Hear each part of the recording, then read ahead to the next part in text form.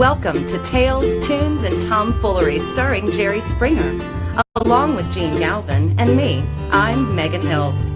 We're recorded live in front of a brilliant studio audience at the Folk School Coffee Parlor in Ludlow, Kentucky. My daddy came home. And here he is, ladies and gentlemen, Jerry Springer.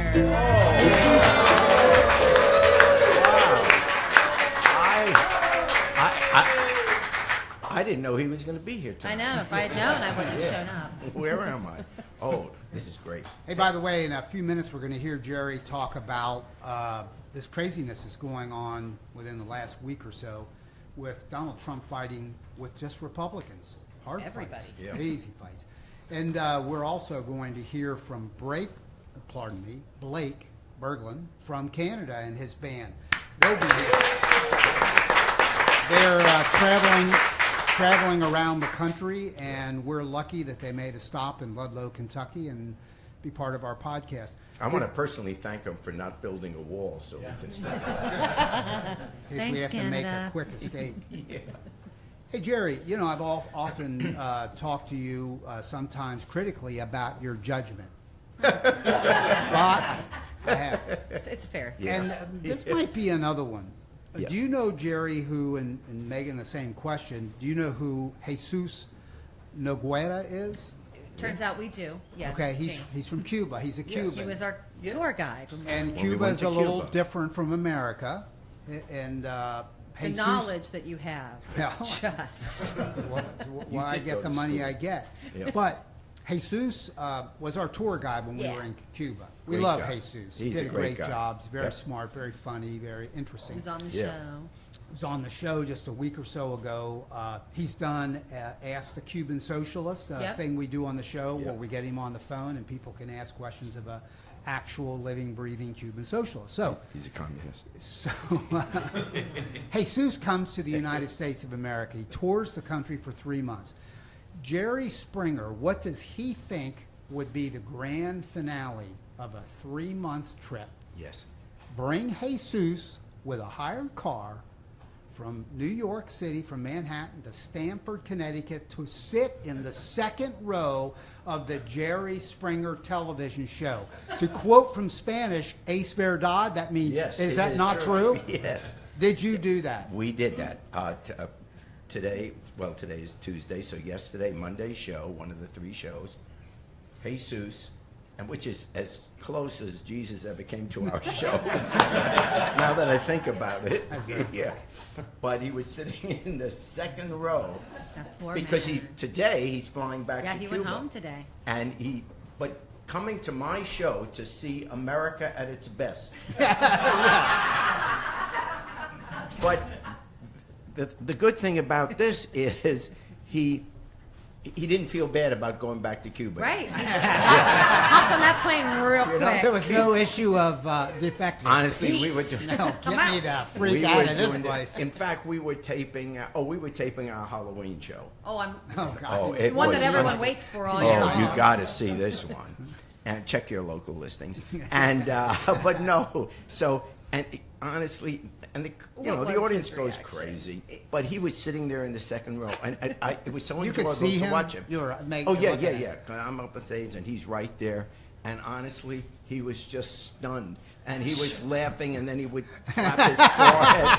I mean, really, it was like, Oh, oh that's my! wonderful. He had never ever seen anything like this. Well, it's really Yeah. nice for you to invite him because Gene and I have known you for how long, and I've never received been an there. invitation. Yeah. I've so never seen It's it. very Yeah. generous of you, Jerry. Yeah, very nice. With a private car. Did you send a car for I him? sent a car for him. Yeah. Huh. Well, he's la-ti-da. a communist. He wouldn't be able to afford it. Yeah.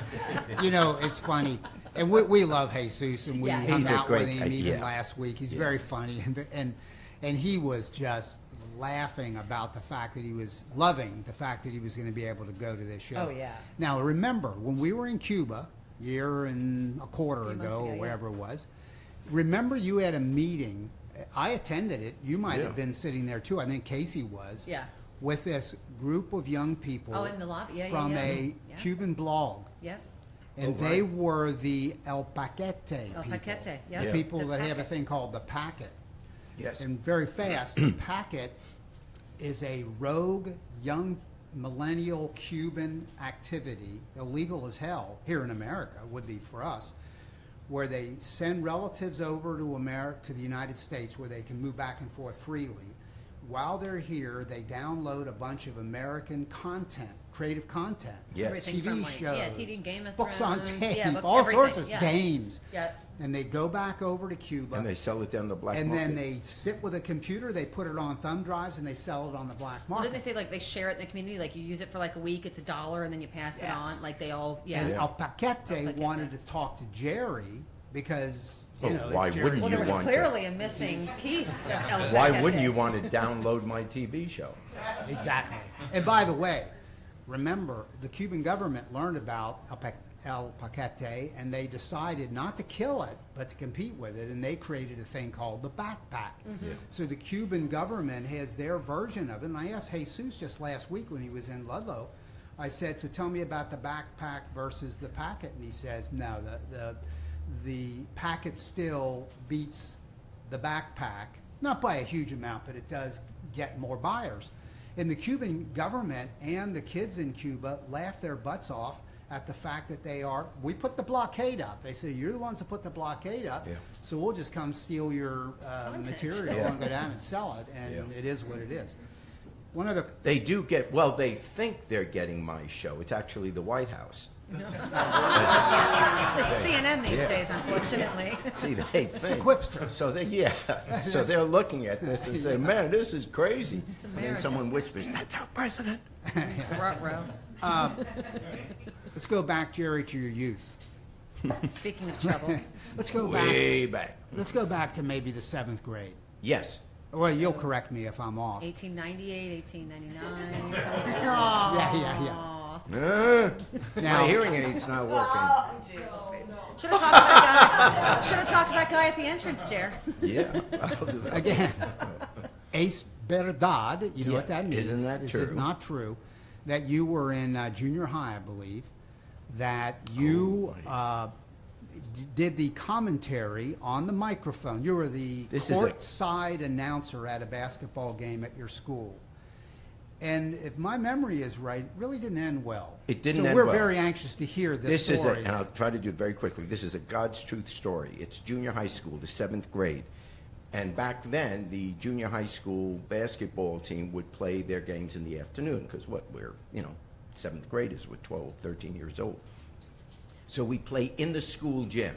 And it's probably different today, but back then, these junior high school gyms, the acoustics were like a Greyhound bus station, and it was just loud. And so I loved sports, but I'm not very athletic. So I didn't make the basketball team. And so I went to the coach and I said, could I be the PA announcer? And he says, Gerald, sure, you can be the PA announcer, because no other kid wanted to do it.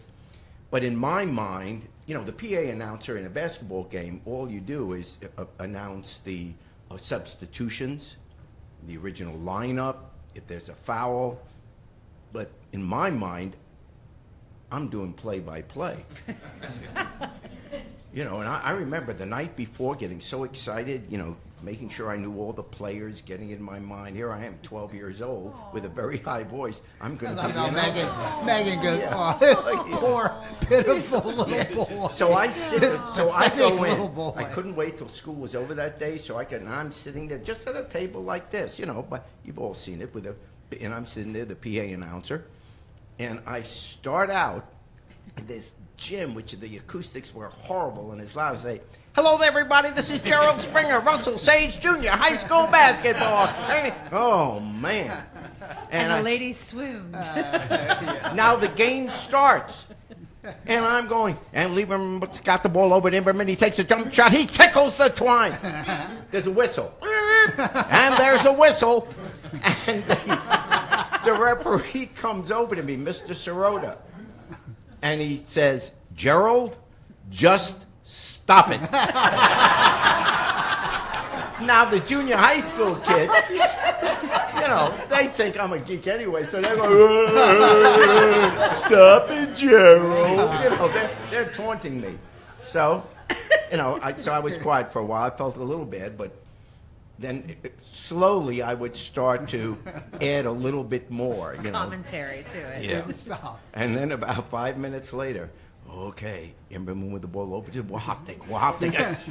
There's another whistle. And Mr. Sirota comes over to me, he says, Gerald, you're out of here. And I was escorted out of the Russell Sage Junior High School gym. As the kids are hooting and hollering, and they walked me out of the gym. When I went to a high school reunion 20 years later, They remembered that. yeah, one of the guys came up to me and he says, weren't you the kid that got tossed out, the PA announcer? How do you remember that? Oh my God. So your Absolute illustrious true career story. started in 7th grade. Next episode, we should do the top 3 things people remember about Jerry. That will be interesting, won't it, Well, Megan? and then the boot camp story of him. Yeah. You got in trouble at boot camp. Yeah. Where did Let's you not get do in the trouble? top Yeah, three. You know what I have in mind, don't you? Well, and then you got. I think we can stop at the 2. Well, and let's bring Casey Campbell into this. Uh-oh. What'd he do? Where's Casey? He's like, what? How do I fit into this? Yeah. Megan, do you realize Casey is getting married? Yeah. nice. This weekend. Weekend. Yeah. Yeah. So let's hear it for Casey Campbell. Yes. I went shopping for my dress and for Frank's clothes today. Yeah. He's our music coordinator, and he's a folk singer, songwriter, plays in several groups. He's quite amazing. We're very lucky. This to have could be Casey. the last episode of him having a deep voice. See? Yeah. Don't encourage it, ladies Yeah, and gentlemen. Just Some of this is a joke. it's not. You really. Hello, are. everybody. I think Casey ran away. He doesn't even want to talk to me. So, why in the hell is Donald Trump picking a fight with every Republican he knows, seems to be? Well, I think this is how it's coming around. I mean, instinctively, Trump picks a fight with anybody that says something not so nice about him. It doesn't even have to be mean. It's just something which in some way belittles him in his own mind, and then he picks a fight. So we all kind of know that. But there's something deeper going on here. I believe the Republican Party is on the brink of a civil war, a major civil war within the Republican Party, with the war being led by Steve Bannon. Even though he's no longer in the White House now, he's leading this war with the initial goal to destroy the Republican Party. And you say, well, why would he be doing that? Let me just quickly review this. Steve Bannon, as we've talked about on other podcasts, has a worldview that he's written about, given speeches about, done interviews with about. Nothing I'm going to say now is something that he won't readily admit and be proud of. He believes that the apocalypse is coming, that we're going to have the clash of civilizations. He believes we have to get ready for a world war between Christianity and Islam. That is his view. And he believes that America can only be in a position to fight that war if it is, quote, ethnically pure, meaning white and Christian. And so he is opposed to the whole concept of a multicultural America, which is really the basis of our existence. So what he does is he sees this war coming. He wants to do away, destroy a multicultural America. He wants to destroy the administrative state, which is why initially all the cabinet appointments were people that were going to do away with their own department, whether it was Tillerson to kind of do away with the State Department or the EPA or the Energy Department. Every cabinet official basically was there to undercut all the regulations, all the things which made it a department to oversee our government, because he wants to, it's the deconstruction of our administrative state, wants to do away with it. because he believes that it is the administrative state, our government, which preserves and protects a multicultural America. And that is what he wants to do away with, because he has this view of we have to be prepared for the coming war of civilizations, Christianity versus Islam. Now, in order to win that war and to get to that position, the part that maybe people don't understand is, well, why then would he want to destroy the Republican Party? And the reason he does it is because, you know how the name of the company we have which does this podcast is Liberals Always Win? Because our view is, in the long run, every generation becomes more and more liberal, and that suddenly becomes mainstream America. So he knows the Democratic Party is the liberal party, but what has permitted this liberalism to suddenly become mainstream, whether you're talking about the Great Society, whether you're talking about the New Deal, the Republican Party, starting in a sense with Eisenhower, the Republican Party has kind of accepted a lot of what Democrats originally fought for, as that's part of America. So mainstream Republicans don't go around anymore saying, you know, we can't have Social Security, you know, we can't have equal rights for women, we can't have, whatever it is. They kind of start to accept the Democratic or the New Deal view and the Great Society view of what government's supposed to be doing. So even though they chip away at the edges of it, there's kind of an acceptance of this is America now, and, you know, get used to it. The whole civil rights movement, you know, they generally accept the notion of races are supposed to be equal, even though we know on the edges there are people still fighting it. So he believes that as long as the current establishment Republican Party exists, we will never lose the administrative state of our government. So his view is destroy the Republican Party, which is why he has even this week said, his words, we're going to attack, we're coming after establishment Republicans in the next election. We're coming after them with primary opponents that he and the family that has a lot of money behind him, we will finance the campaigns of primary opponents to establishment Republicans. They're not talking about taking on the Democrats. They figure in the end, if they have a new party that is not establishment Republican, but is a nationalist, isolationist, right-wing, alt-right party, that then they'll be in a position to destroy the Democrats, because their view is the Democrats is made up of a lot of coalition groups. It's a coalition of various entities, and they can divide the Democrats and beat them. But the notion is, as long as we have the establishment Republican Party that kind of goes along with whoever the Democratic president is, the fight on some things, but generally accepts the notion of a federal government, we'll never get a ethnically white, Christian-only America. So his goal is to destroy the Republican Party. Yes, the Democrats may become the majority for a while, but he's not worried about that in the long run. He wants a pure right-wing party. That is their strategy. Now, we think that's crazy, those of us on the more liberal end of the political continuum. But before we think that idea was crazy, let's be honest with ourselves. There were a lot of people in this last presidential election, for example, Sanders voters, supporters, who in a sense were okay with the idea that it wouldn't be the worst thing in the world if Hillary loses. Because on the left, there's a move to get a more pure liberal Democratic Party, more towards even socialism. But that's what they want, the Democratic. So they were willing to say, well, okay, so if Trump wins, it'll only be a one-term presidency. Well, how did that turn out, folks? So it's a dangerous strategy, but that is what is going on. That is why this civil war that's going on in the Republican Party, Democrats are sitting back and say, oh, this is going to be great. We may pick up a few seats. Who knows? We may even get a majority in the Senate.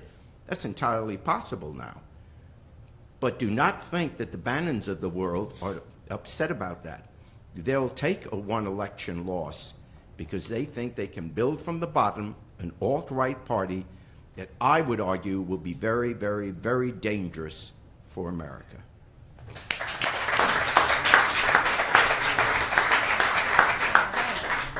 Well, thank you, Jerry. And somebody who is definitely not part of that fabric is our guest this evening, Blake Berglund. Welcome, Blake. Yeah. All the way from our neighbor to the north, Good Canada. day. Good day, everybody. Good day. It affects us like it affects you. Yeah. Yeah, it Right. does. Sure that It does. affects us. Because you're going to have all of us coming over. Right? Well, we You're going welcome to get you. a lot more crowded. Yeah, we welcome you. We welcome you. All right, well, welcome. We've not had you on the show before. This is your first visit with us, and we're very excited to have you. Thank you. And so this evening you're going to sing for us. Your first song is Pretty Good Guy? Yeah. Pretty Good Guy. It's the first single off of our new record, Realms, that came out about the 1st of September. It came out. Excellent. And your name is Blake, and who else is with you this evening? On the Telecaster, we have Mr. Bryce Lewis from Kyle, Saskatchewan. To my right, the beautiful Miss Belle Plain from Foston, Saskatchewan. And behind us, from the big metropolis of Moose Jaw, Saskatchewan, Mr. Steve Liddell. Excellent. Well, welcome. Well, why don't you sing Pretty Good Guy for us, and we'll have a chat afterwards. For sure. Great.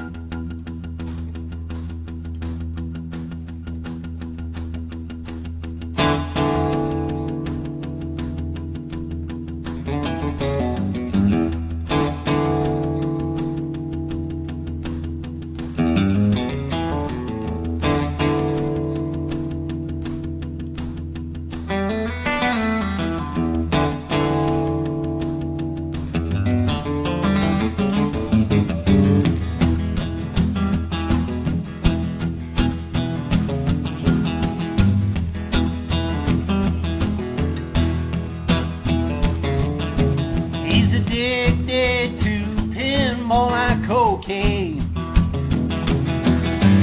Dabbled with the lighter just the same. He's gone and cheated on a couple of his lovers. Oh, and he never tells the cops his real name.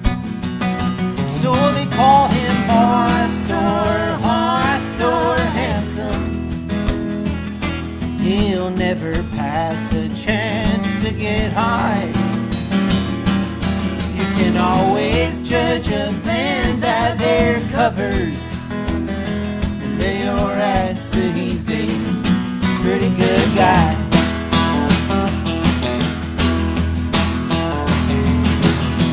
Five months straight of 6-night shifts through the weekend. Represent a working man's voice. Pseudo metal, punk rock, loving outlaw. Damn right, some mama's boy by choice. Be it hours or days of a distance, he'll always get you out of the mind.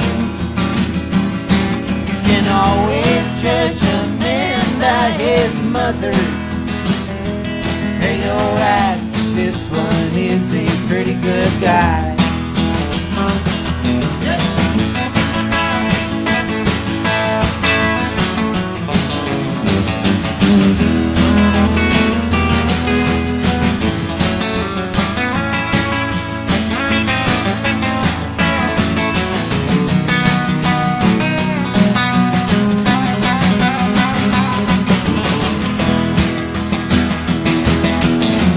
Smooth talking devil of the nightlife. Early morning coffee cup in hand. Where he'll exercise his freedom of expression. Oh, and he won't back down once he takes his stand. He can talk himself out of any situation. But he sure as hell ain't afraid to fight. Never get between a man and his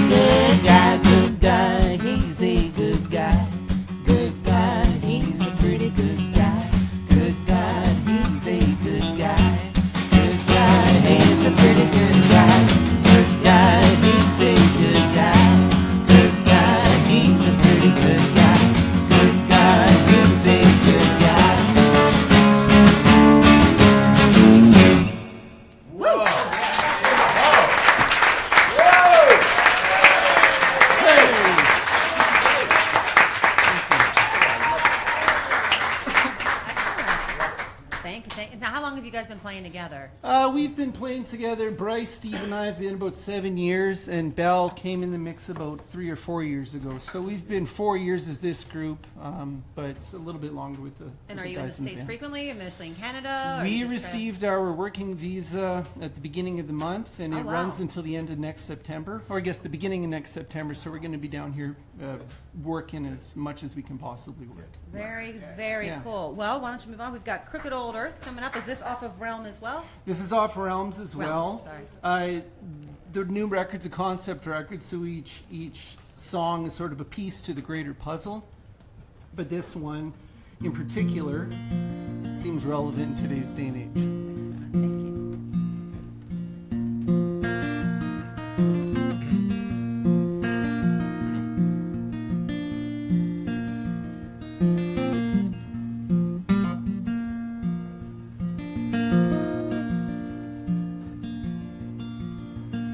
Missing kids in aeroplanes, anxiety and hurricanes. The locusts swarm across the plains like we said they would.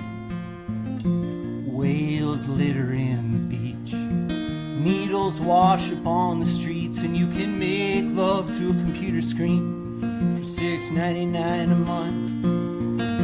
It's just a trip straight to the grave from the day of our birth. Wouldn't wish my enemy to this crooked old earth.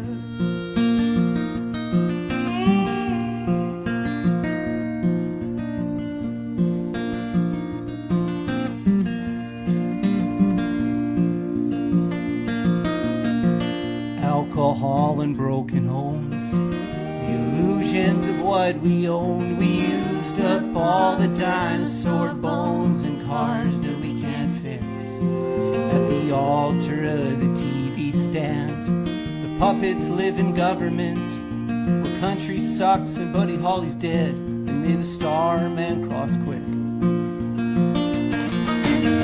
It's just a trip straight to the grave from the day of our birth. I wouldn't wish my enemy this crooked old earth.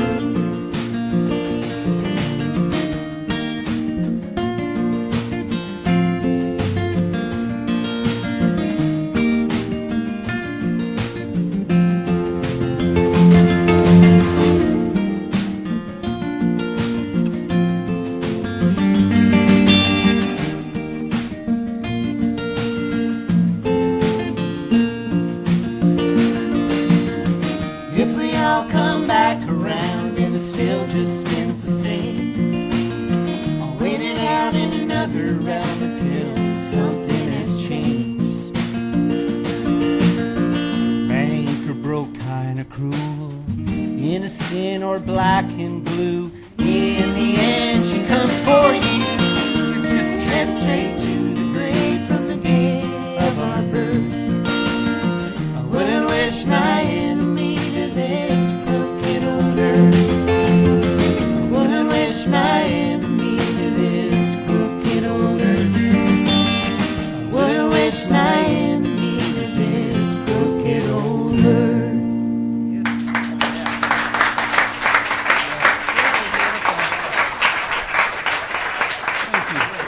And you can find out, you can listen to more of Blake's music at BlakeBerglund.com. That's BERGLUND, correct? Absolutely. BlakeBerglund.com. So check them out. Do you guys know the work of Ian and Sylvia from Canada? Absolutely, we do. Because that yeah. had a little bit of a. He's a cowboy from Yeah. way back and a singer. And Yeah, Ian and Sylvia have been a pretty big influence of ours when we first started to learn, how to. Belle and I are both, we have our own careers in our own rights, and she's a lead vocalist with her career, and I'm a lead vocalist, and when we came together, we sort of had to force ourselves to learn how to harmonize. Yeah. And it was Ian and Sylvia that sort of, That's great. we studied as much as we could. Yeah. Very cool. And Jesse Winchester, I don't know if you know of his work, but he was an American, a United States guy that fled the United States during the Vietnam War and spent years in Canada songwriting and singing. And then I think which president, Carter or somebody said everybody can come back home. And I think he didn't at that time, but later in life, and sadly died of cancer a few years ago. You're the second person to mention his name to us on this tour, and I don't really know too much about Jesse Winchester, Okay. but You ought to check. Everybody should check out Jesse Winchester's music. It is amazing. You guys are really good. Yeah, thanks. You guys You're are great. really good. thank Right. you. And if you don't mind, Blake is going to be taking us out on Down by the Riverside. Yeah, you'll notice my influence. And we're very, yeah. Jerry's going to sing with you. My singing is actually Abbott and Costello. Costello's influenced you. Let's count the number of people who know who Abbott Right. and Costello are. Fine, when Theodore Roosevelt was first off.